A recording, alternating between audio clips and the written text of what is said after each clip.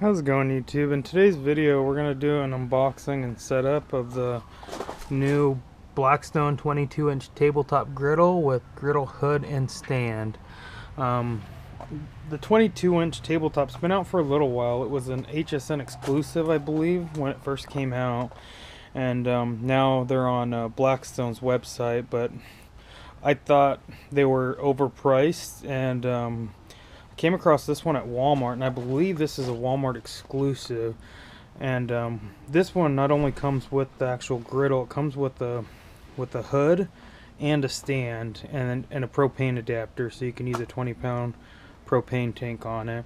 And I ended up picking up for 147 bucks, and I thought with everything that came with it, I thought it was a pretty good deal. Hopefully the quality of the actual unit hasn't gone down to meet the price point, but I guess we'll find out here in a minute. But here's just an overview of the box here.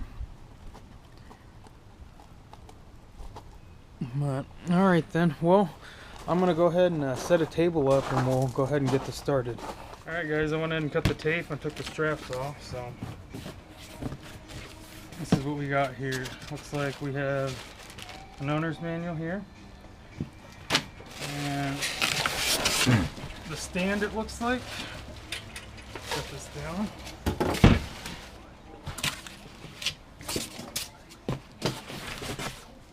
And the actual griddle top.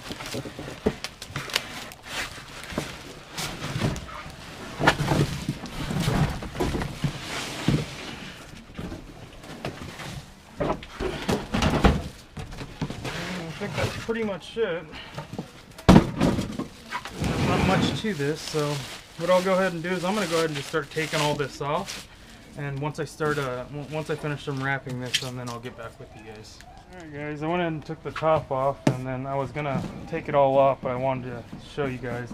This was actually just sitting in here, like so. That's how it came, so I just took this box out here, and it's just some advertisement here. Says you can fit 12 burgers, 9 T-bones, 12 eggs, 12 pancakes, 30 hot dogs, 16 strips of bacon, and then 2 independent zones here. And then you got your griddle top here, like so. Let me set this aside here. Sorry for walking in front of the camera, but and then down below you have, looks like your regulator for your little green propane, and then you got your extension hose here, and I'm guessing this is the drip cup here, if I can get it open. Yeah, your drip cup, like so.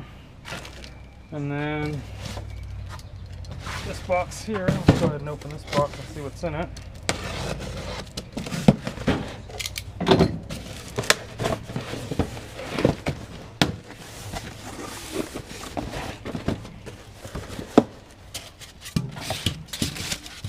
Looks like your handle for the lid. That goes here. And then your little feet that goes on the bottom of the base to keep it elevated. And I'm guessing this might be a side shelf. I'm not quite sure. Could be a side shelf for the stand itself, but I'm going to go ahead and pull out the directions, and we'll start setting this up.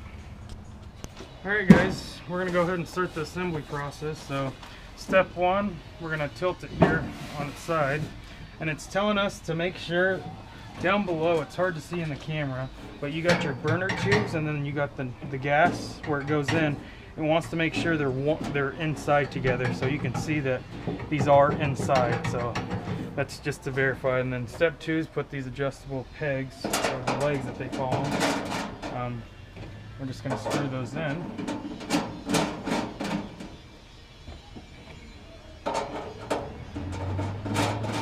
And this is cranking out. These tubes are two 12,000 BTUs, by the way, in case I didn't mention that earlier. So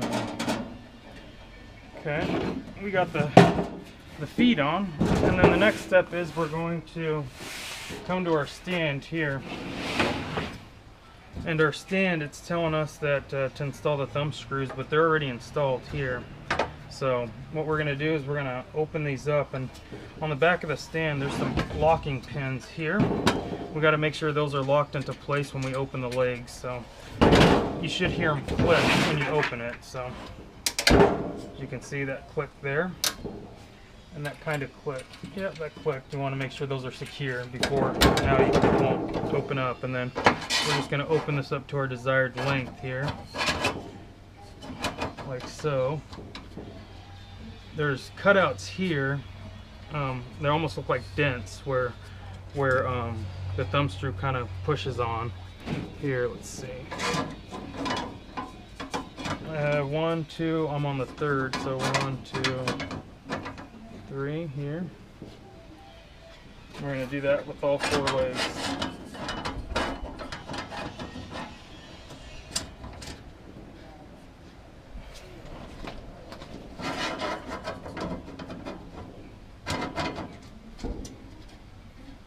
Okay, now that these are all nice and secure, I'm going to go ahead and move this table, and we're going to set this down here so we can put the griddle on top. So give me a minute. Alright guys, I went ahead and raised it up 1 more notch, so this is actually the highest it goes with those indents and stuff. So the next step is we're going to install this side shelf, and they're already pre-installed screws here, and they're already sticking out a little bit. So we're just going to line the holes up here. I'm just going to push down.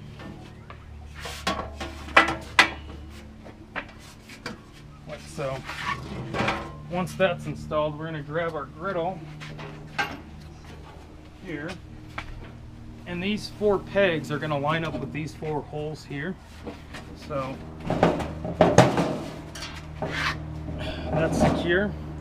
The next step we're going to do is we're going to go ahead and install the handle here, and the screws are already attached, so we're going to install it. I'm going to do this off camera, and then after that we're going to go ahead and put the griddle top on, and then I'll get back with you guys. Alright guys, we went ahead and installed the handle now, and I went ahead and just put the griddle top on. The griddle top goes on with there's pegs underneath and holes, and they just line up here. It is kind of a little wobbly, you know. It won't fall off the stand, which is nice. But after that, we're going to put this grease cup in. It's just hooks on the back here. On the back of the griddle, there's just a notch, and then you just grab the grease cup, and it just kind of goes in and hangs there. And then there's directions on how to use this bulk hose. I'm not going to show you on that. But on this one, they're telling you to put the little green canister on first and then attach this to connect it, and then it just kind of just screws on there. So, but other than that, this is pretty much it, you know. It's a pretty decent looking unit. I do like the fact that you can use it to take this off. It's going to make cleaning this easier. All you got to do here is there's 4 screws here, you know. And this whole top comes right off. The thing I don't like about the top is the rivets here. They're riveted in. I would have preferred a pin and a cotter pin or something, because if you break this, depending on how it shears off, you might have to drill it out and then fix it yourself. Just one minor complaint there. Then you got your ignitions here. And so what I'm going to go ahead and do is I'm going to go ahead and just stick this onto this 36-inch here. This is the new 36-inch with the rear grease management system and the new side shelf. So just to do a comparison of the size of this. So let me go ahead and take the top off that, and we'll go ahead and put the stand, this griddle top on there. Alright guys, I went ahead and put the 22-inch top on top of the 36-inch here, just to give you kind of a size comparison here. This is a pretty good size here, but obviously it's not a 36-inch. But every time I saw this, I was wondering, you know, it's hard to visualize the 22. So if you already have a Blackstone, then this is kind of a good comparison. This is the newest Blackstone here that I'm going to be testing out and doing a review on. But I'm waiting from Blackstone to get me this part here. This is broken off, and you know, I want it replaced obviously because it's new. And then this is the new side shelf on here. I know I'm kind of getting sidetracked, but I just want to give you a preview. But this is the paper towel holder, and then this is the cutting board, and then you can hook a trash bag onto there. I'll go in depth on my likes, dislikes on this. But alright guys, well, this is one quick little overview as well. Here are the burners once again, and then the top.